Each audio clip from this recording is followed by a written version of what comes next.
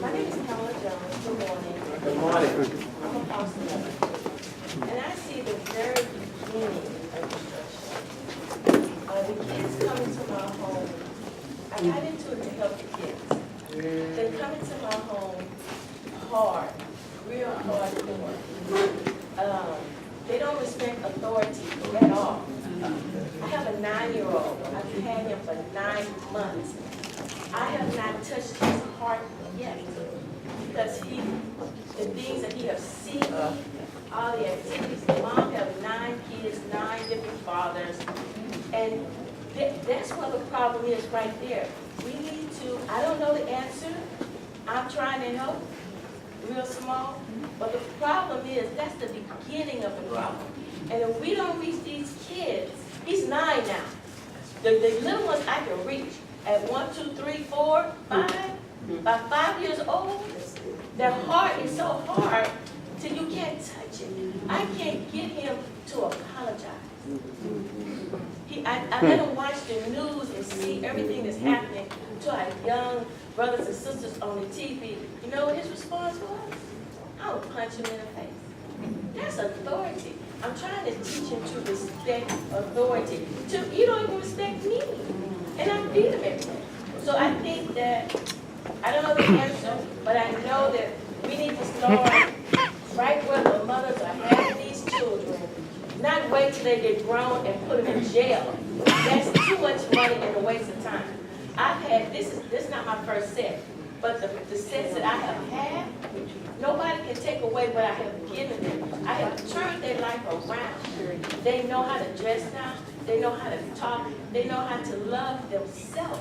If you don't teach them to love themselves, you'd have lost them. So building these parks and all this stuff, you'd already lost them. You have to get them from birth to 5 years old. That's what we have to get these kids. All these jails, police, and all that stuff, that's just a waste of money. Let's get these kids now. Let's educate these drug addicted mothers from having, the average number of babies they have is 5 to 10. 10 different daddies. Let me respond to that. You are painting a picture of real-time situations that are occurring not only in this city but all over. Yes. And so it's real. I will say to you this. I think we do fully need to recognize. I've gotten some Google alerts, things you posted. Where people are. I would say to you, no one individual can do it all. I'm just kind of It curious. does take a collective I always effort like to to know make it who happen. you're Thirdly, I will say to you, Alternative media. and it takes all of what we are doing and more.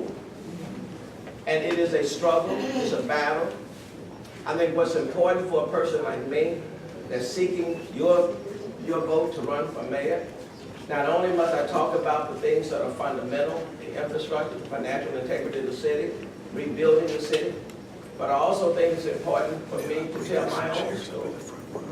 Because I think kids need to see, I don't care how young they are or how old, they need to see that I just didn't come out the womb being perfect. Okay? They need to know my story. Okay?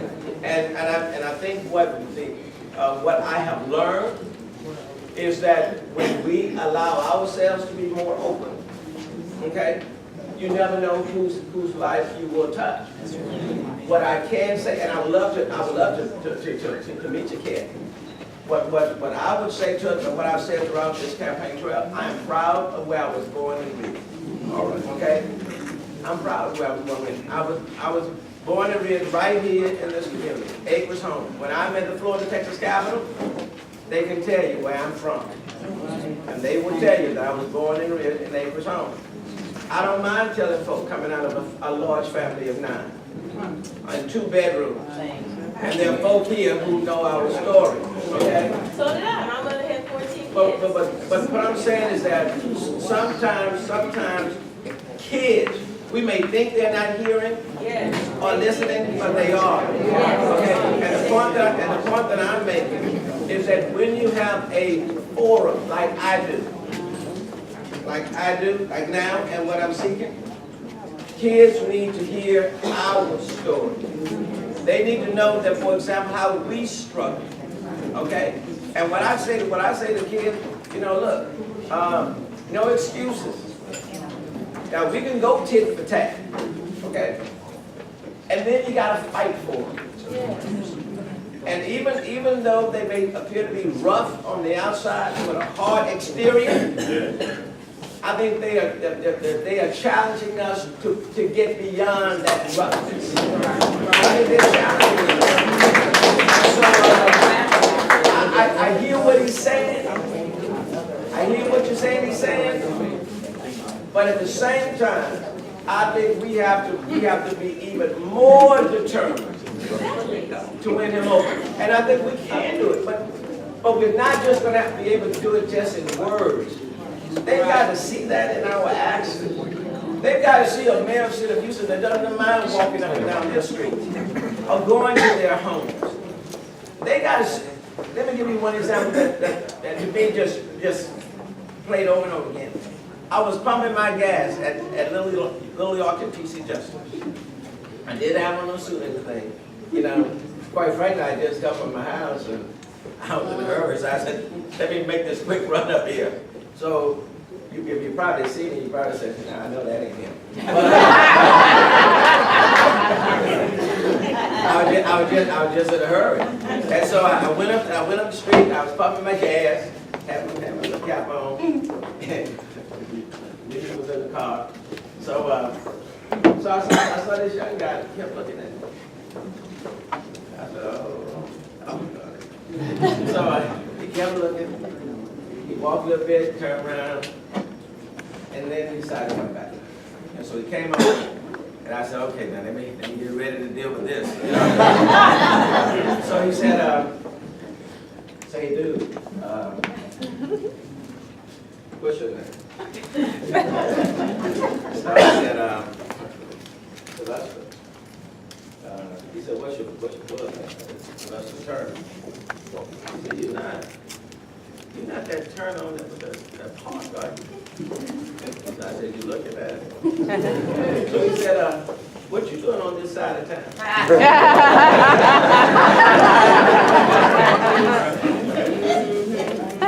and Pastor, excuse me, you know, I said, what the hell you mean? I said, what the hell you mean? Why am I doing on this side of town? He said, well, why are you over here? I said, man, I live right over there. He said, you live out here? I said, man, I live right down the street. I live right down the street. I was born and reared. I still live. And he said, hey man, that's cool. And then he shook my hand and bumped a little bit. And I said, but let me tell you. I said, I'm running for mayor, and I need your help. He said, hey man, you got me. He said, you got me. The point that I want to make, oftentimes as leaders, we disconnect from the folk that we really need to impress them. Okay? It's one thing to be someplace else and telling them to do something else.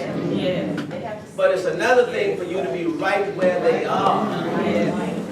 Where they can touch you, see you at all different levels. And you can sing to them. Life isn't fast. That's right. But you got to learn how to navigate through it. Our kids, all of our kids, need us to fight for them. Even when they say no. They want us to fight for them. And so I don't care how hard he may be. He becomes then our challenge. Okay? I don't care how much you try to push us away. We got to push into their space. Okay? And the last example, because I think it's so important what you're saying, because we got to fight for our children. The last example, in coming through school, Garfield Elementary, Miss Hall. I was a second grade student.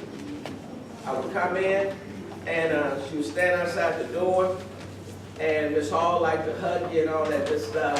And I hated that. I just hated that. And she would hug you. She would hug you. And I just push And then you go in and sit down to meet, she calling you to meet. I didn't want to do all of that. But let me tell you, one day,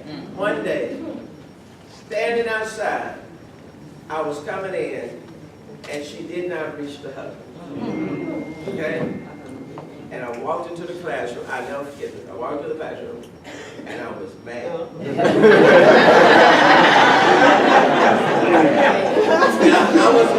This is the same kid that pushed her away.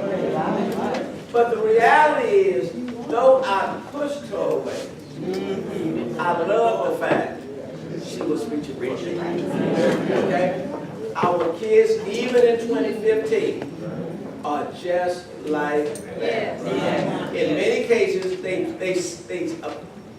in a sense, push us away. But they also want us to reach for them. As mayor of the city of Houston, if I don't do anything else, I promise you, I will reach for our kids.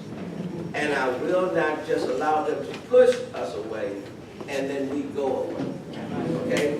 This is a battle we can win. But we've got to do it collectively. All of us have to be in it. We have to tell our story. But I refuse to lose one kid because we did not fight for that child.